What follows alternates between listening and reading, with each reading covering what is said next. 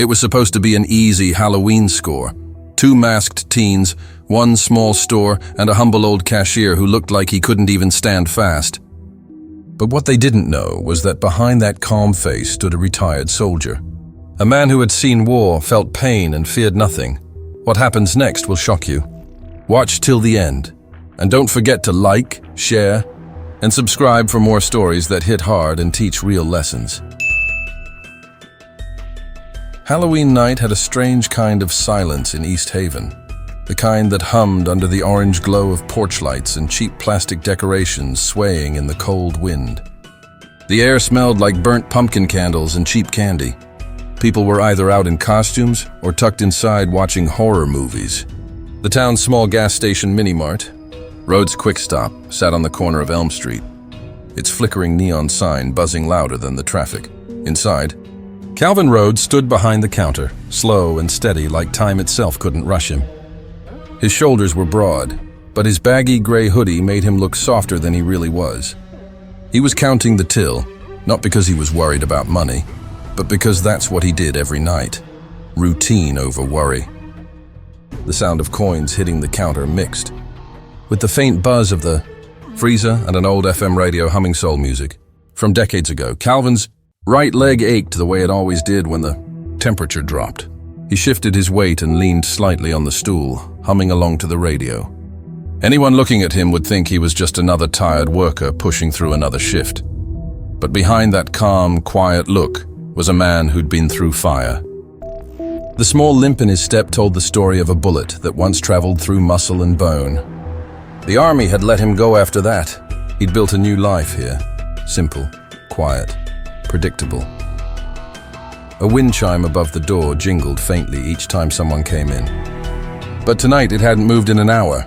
Most folks were home or out trick-or-treating. Calvin didn't mind. He liked the quiet, the kind of quiet that let a man think without saying much. Meanwhile, a few blocks away, Zach Miller and Dylan Hart sat in an old silver Honda Civic parked in a shadowy alley, engine off, heater barely breathing. Both wore cheap black hoodies and Halloween masks, one a grinning skull, the other a cracked clown face.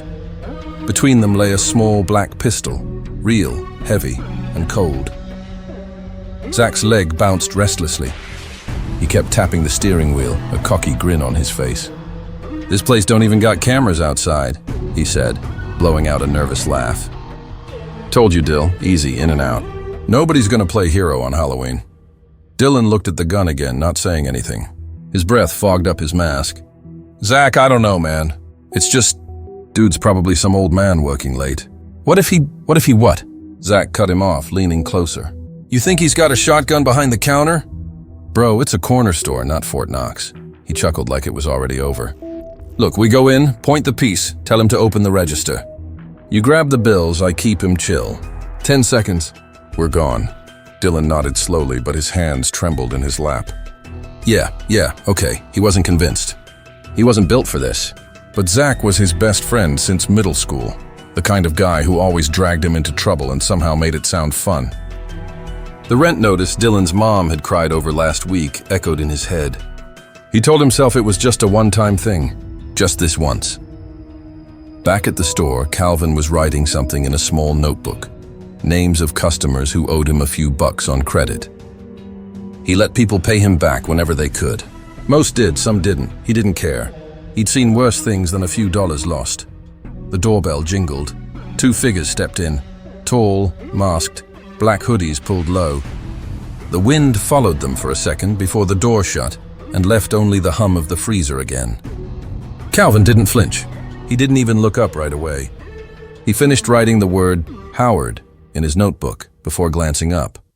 "Evening," he said, voice slow, calm, almost too normal. Zach pointed the gun instantly, hands shaking slightly from adrenaline. "Open the register, now." Dylan stayed near the door, pretending to look tough, but his heartbeat was racing so loud he could hear it in his ears. Calvin blinked, gaze steady, unbothered. His eyes shifted from the gun to Zach's masked face, then to Dylan's nervous stance. "Halloween, huh?" he said quietly. "You boys picking the wrong kind of costume. Don't talk." Zach snapped, his voice cracking under the pressure. Just Just open it, old man. Calvin's expression didn't change. He slowly raised his hands to chest level, palms facing out. You don't want to do this, son, he said in that same calm tone, the kind that sounds like it's been used before. Not begging, just stating truth. Shut up. Zach yelled again, but the anger sounded more like fear this time.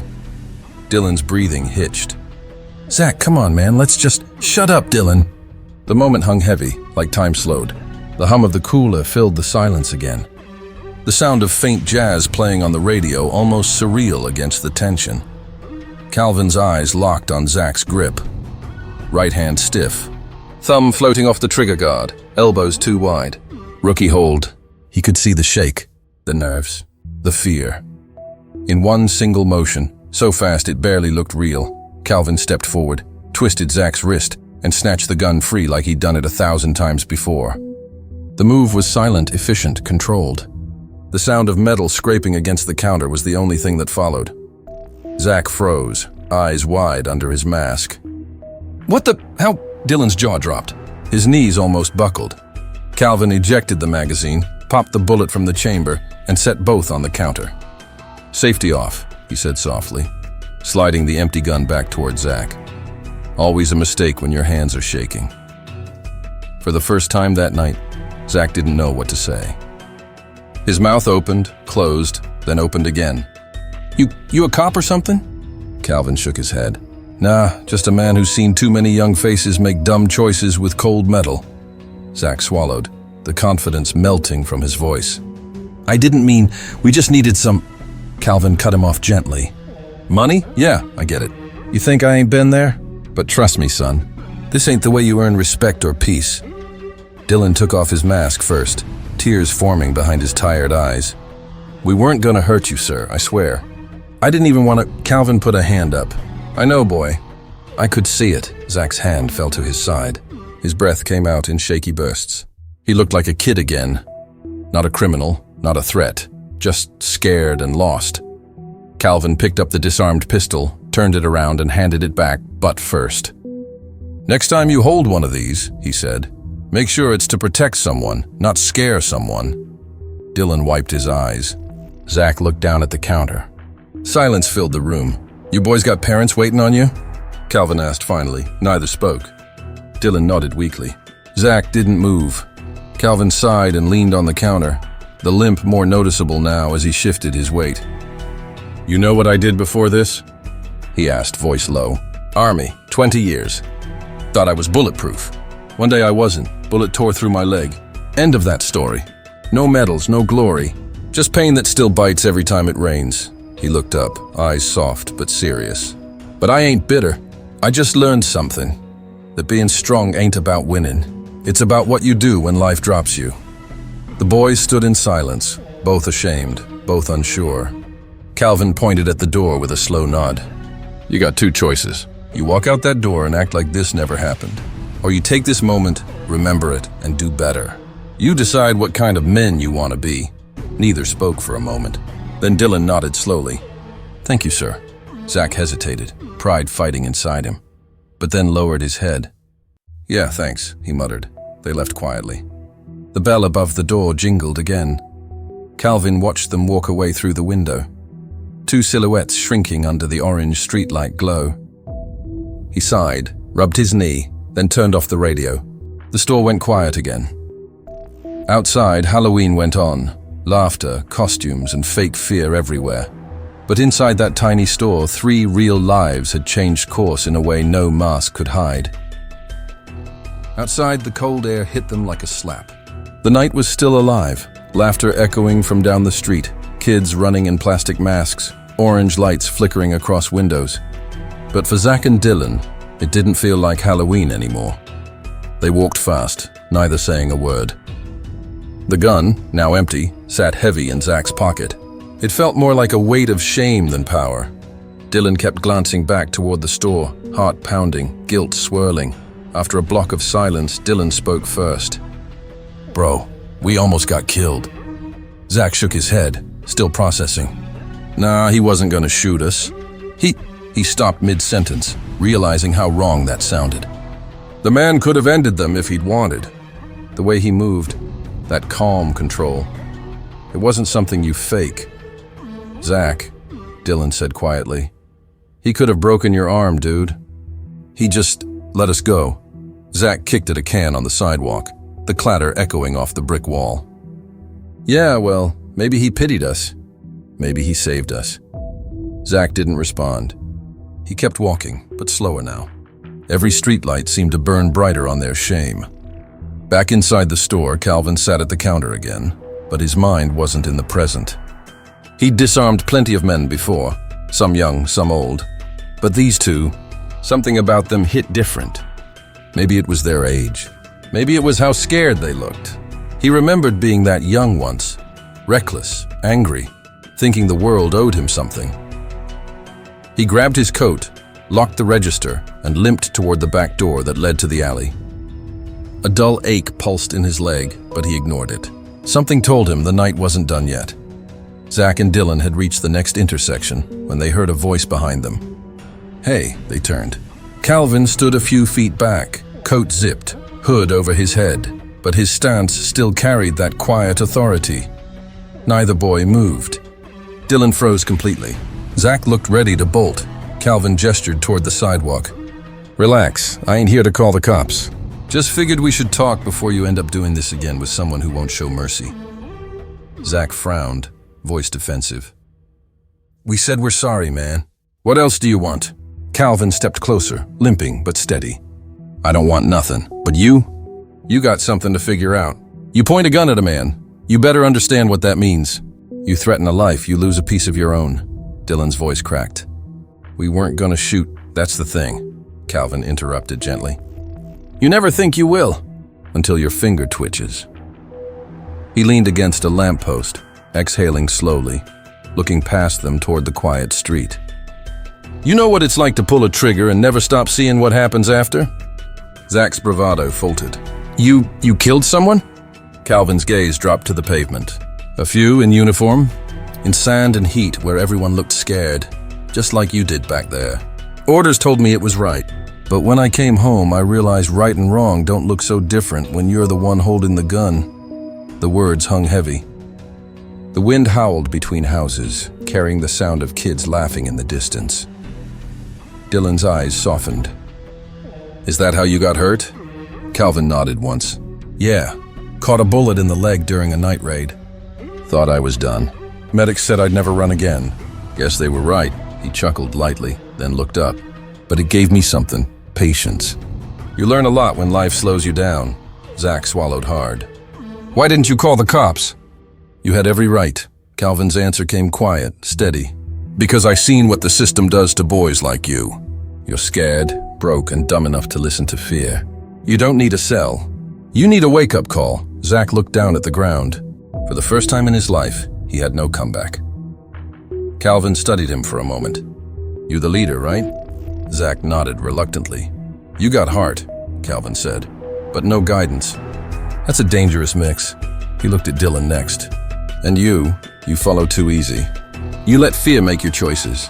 You think loyalty means silence. It don't. It means speaking up when someone's walking off a cliff. Dylan bit his lip. His eyes watered, but he blinked fast, hiding it. Calvin sighed and looked at both of them. You boys ever been in a fight that wasn't about ego or stupidity? Neither answered. He pointed to his chest. Every day's a fight in here. To stay calm, to stay kind, to not let the world turn you bitter. That's the hardest one. The street was quiet for a long moment. Then Calvin said softly, You got families? Yeah, Dylan murmured. My mom. She's sick, Calvin nodded. And she know what you almost did tonight? Dylan's lip trembled. No, sir. Then keep it that way, Calvin said. Go home, hug her. Tell her you'll find another way. You hear me? Yes, sir. He turned to Zach. And you? Zach shrugged. Ain't much of a family left. Dad's gone. Mom's never home. Calvin's gaze softened. Then be the one who breaks that cycle. Don't become the reason someone else ends up like you. You can be better than where you came from. Zach looked away, jaw tight. He nodded once. I'll try, Calvin smiled faintly. Don't try. Do. A group of teenagers in costumes passed by across the street, laughing, candy bags swinging. For a second, it felt like the world was normal again. Calvin reached into his pocket, pulled out 2 crumpled $20 bills, and held them out. "Here, gas or food or whatever you need tonight. Just don't use it for stupidity." Zach hesitated. "We can't take your money after—" Calvin cut him off with a firm tone. "You ain't taking it. I'm giving it. There's a difference." Dylan reached out, took the bills with shaky hands. "Thank you, sir," Calvin nodded. "Now go on, before I change my mind and call your mamas instead." They both laughed, nervous, weak laughter, but real this time. Then they started walking away, masks dangling from their hands. Calvin watched them go until they turned the corner. The limp in his leg throbbed again, but he didn't care. He'd seen enough to know he'd done right. He turned back toward the store, each step slower, heavier, but full of something the war hadn't taken. Purpose.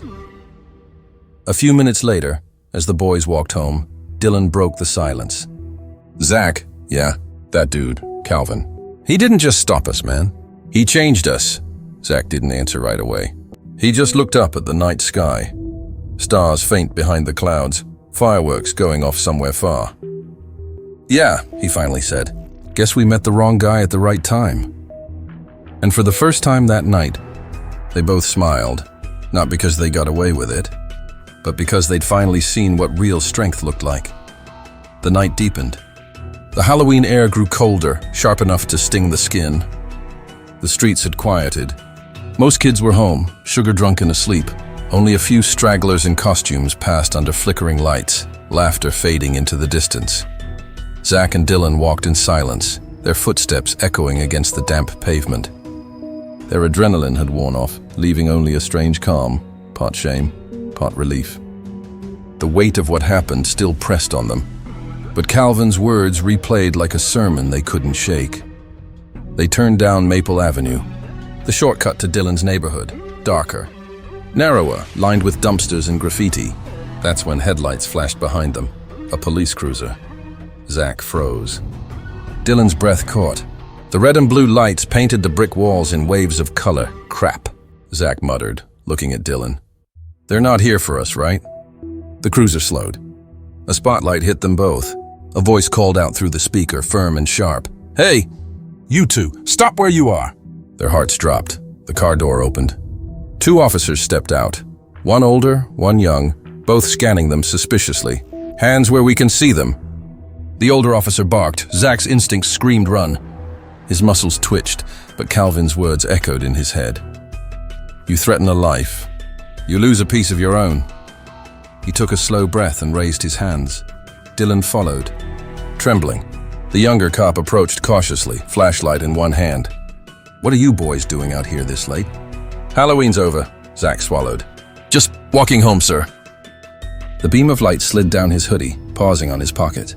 The metal outline of the pistol, the one Calvin had emptied, was still there. "Is that a gun?" The officer snapped. "Don't move!"